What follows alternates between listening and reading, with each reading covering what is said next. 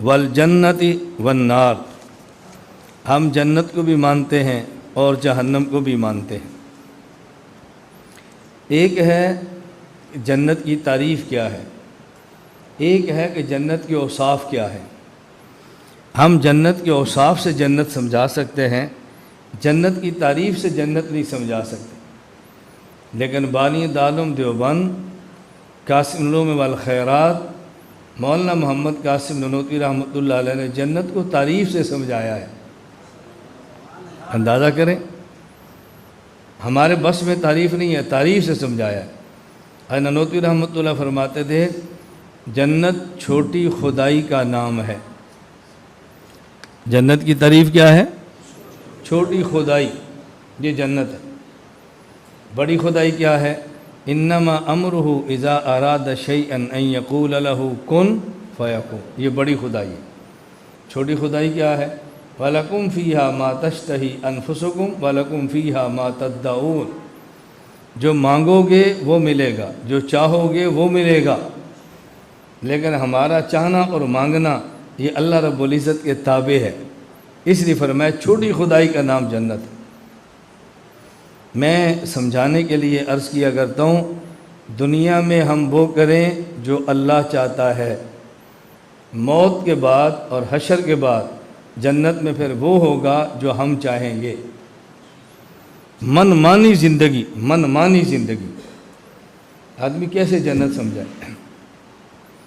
دنیا میں ہر شخص کے، یہ عجیب ہے، اللہ نے طبیعت ایسی بنائی ہے۔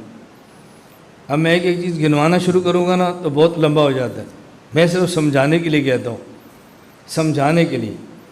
کتنی چیزیں آدمی کھانا چاہتا ہے لیکن حرام ہے، پینا چاہتا ہے لیکن حرام ہے، کرنا چاہتا ہے لیکن حرام ہے۔ اور جنت میں اللہ تعالیٰ ایسی ترتیب بنائیں گے کہ چاہت کے مطابق چیزیں ہوں گی اور کوئی چیز ایسی نہیں ہوگی جو حرام ہو۔ اللہ ایسی نعمتیں عطا فرمائیں گے۔ جنت کے اندر اللہ تعالیٰ کی طرف سے 4 اعلان ہوں گے۔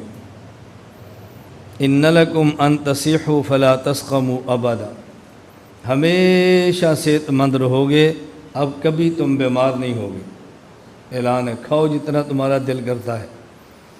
وَإِنَّ لَكُمْ أَن تَحْيُوا فَلَا تَمُوتُوا أَبَدًا، ہمیشہ زندہ رہو گے، اب کبھی تم پر موت نہیں آئے گی۔ وَإِنَّ لَكُمْ أَن تَشِبُّوا فَلَا تَحْرَمُوا أَبَدًا، ہمیشہ جوان رہو گے، اب کبھی تم بوڑھے نہیں ہوگے۔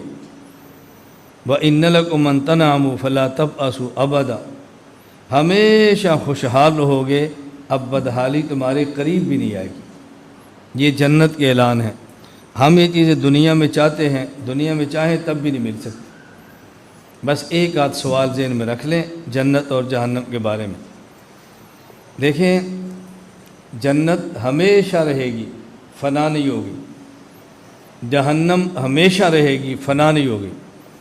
اللہ تعالیٰ نے جنت کو پیدا فرما دیا ہے، اللہ تعالیٰ نے جہنم کو پیدا فرما دیا ہے۔ اب نہ جنت فنا ہوگی اور نہ ہی جہنم فنا ہوگی۔ اور قرآن کریم میں ہے کل من علیہا فان ویبقى وجہ ربک ذو الجلال والاکرام، ہر چیز فنا ہو جائے گی۔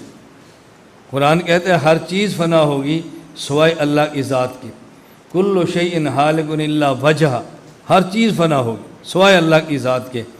اور حدیث پاک میں ہے کہ جنت اور جہنم اب فنا نہیں ہوگی بلکہ ہمیشہ رہے گی۔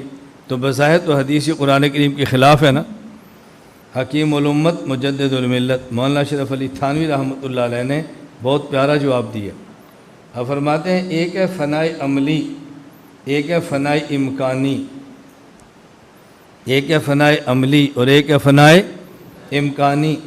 فنائے عملی کا معنی کہ جنت اور جہنم فنا ہو جائیں گے، یہ فنائے عملی ہے۔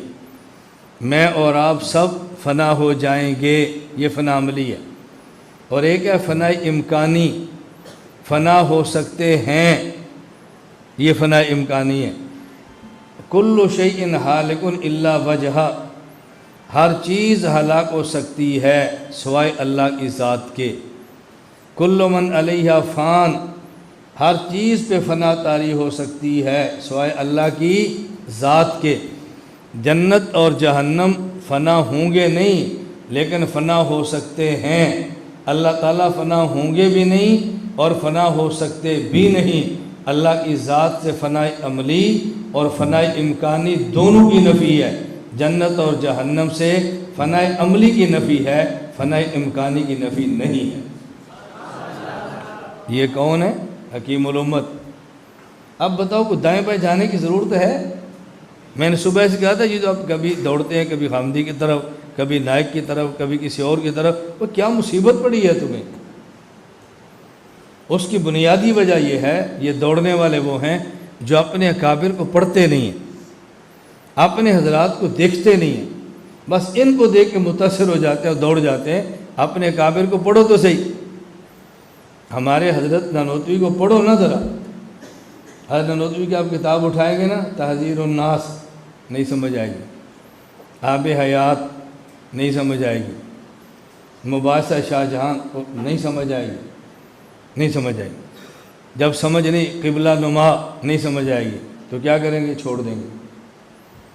بھائی نہیں سمجھ آ رہی تو جس کو سمجھ آتی ہے اسے سمجھ لو۔ اب سمجھ آئے گی نہیں نا تو دوڑیں گے ان کے پیچھے۔ یعنی ہمارے اکابر کی اردو میں علوم اتنے ہیں کہ ہم جن کو عربی پر ناز ہے ان کے اردو علوم بھی نہیں پڑھ سکتے۔ اور آج ہمارے یہاں بہت بڑی غلط فہمی پھیلائی جا رہی ہے، میں بہت اچھی طرح سمجھتا ہوں، بہت بڑی غلط فہمی پھیلائی جا رہی ہے۔ ہم بس اوقات اپنے طلباء کو یہ بات بتاتے ہیں، میری مطالعے کی لائبریری میں کوئی اردو کی کتاب نہیں ہے، میں صرف عربی کا مطالعہ کرتا ہوں، اور طلباء کا ذہن بنتا ہے بھی مطالعہ کرنا ہے تو عربی کا کرو، نہیں کر سکتے تو نہ کرو۔ حضرت علامہ انور شاہ کشمیری رحمۃ اللہ علیہ حضرت فرمایا کرتے، میرا ذہن یہ تھا علم عربی میں ہے یا پھر فارسی میں ہے، اردو زبان میں علم نہیں ہے۔ میں نے مولانا اشرف علی تھانوی کی تفسیر بیان القرآن پڑھی، میرا ذہن بدل گیا۔ علامہ انور شاہ کشمیری کا بدل گیا ہے، تمہارا کیوں نہیں بدل رہا؟ اس کی وجہ کہ تم بیان القرآن پڑھو تو صحیح نا، اور پھر پڑھو تو سمجھو تو صحیح نا۔ کبھی پڑھنی نہیں، کبھی سمجھنی نہیں، تو ذہن کیسے بدلے گا؟ علامہ کشمیری نے بیان القرآن پڑھ بھی لیا تھا اور سمجھ بھی لیا تھا، ہم نے پڑھنا نہیں، اور اگر پڑھ لیں تو بولو تو ذہن کیسے بدلے گا؟ اپنے اکابر کو اللہ کے لیے پڑھو ذرا۔ حق کلہ، یہ جو ہم نے عقائد بیان کیے ہیں یہ تمام کے تمام عقائد برحق ہیں، ان پر ایمان لانا ضروری ہے۔